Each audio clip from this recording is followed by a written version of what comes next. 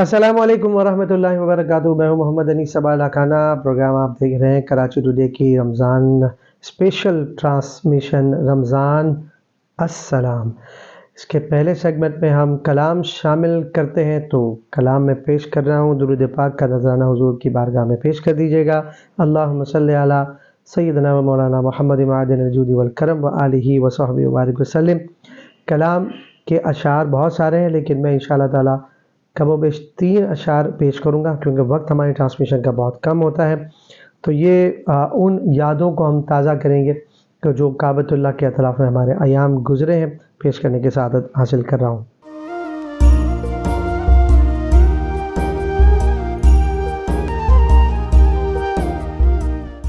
خوشا وہ دن حرم پاک کی فضا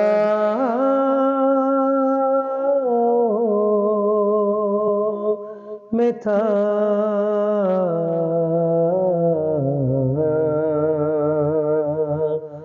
زبان خاموش تھی، دل محو التجا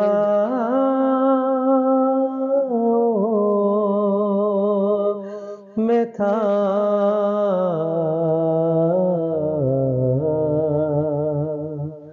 خوشا دن حرم پاک، حتیم میں میرے سجدوں کی کیفیت تھی عجب. حتیم میں میرے سجدوں کی کیفیت تھی عجب.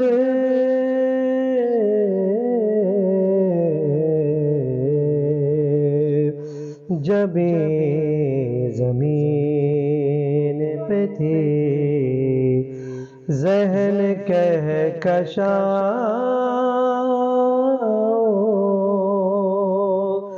میں تھا.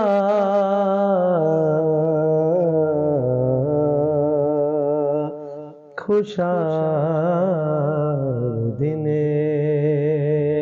حرم پاک، مجھے یقین ہے میں پھر بلایا جاؤں گا. مجھے یقین ہے میں پھر بلایا جاؤں گا.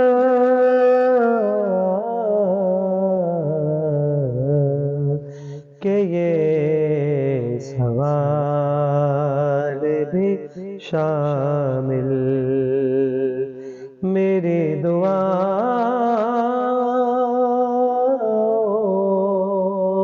میں تھا. خوشا دن حرم پاک.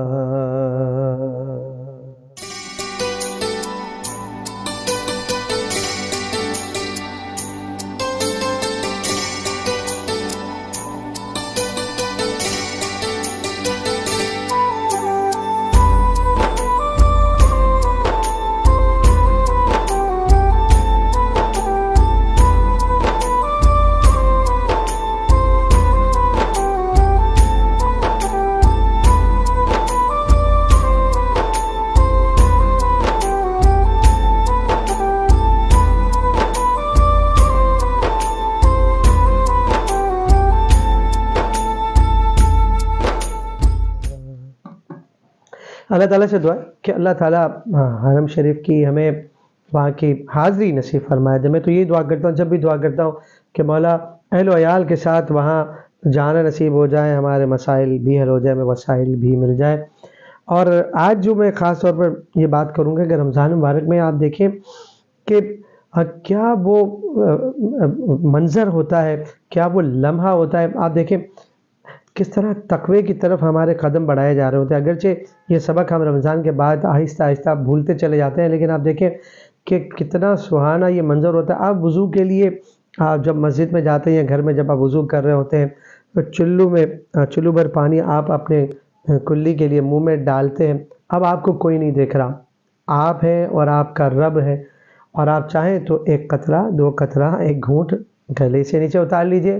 بھلا کون آپ کو دیکھنے والا ہے؟ لیکن آپ کہتے نہیں، میرا رب مجھے دیکھ رہا ہے. اور یہی پیغام صرف رمضان کے روزوں کے لیے نہیں ہے، یہ پھر آپ کے کاروبار کے لیے بھی ہے، اور یہی پھر آپ کے روزمرہ کے معاملات کے لیے بھی ہے.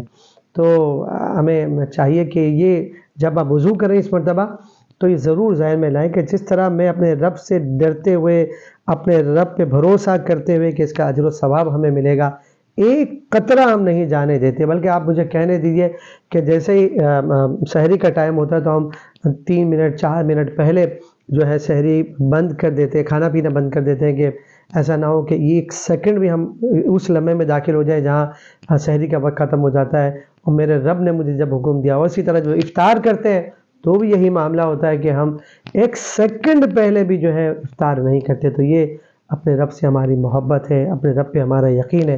اللہ سے دعا کرتے ہیں کہ اللہ تعالیٰ یہ یقین میں مزید ہمارے تقویت عطا فرمائے، ہمیں برکت عطا فرمائے. سیگمنٹ ہے ہمارا آؤٹ ڈور کا، اس کی طرف چلتے ہیں.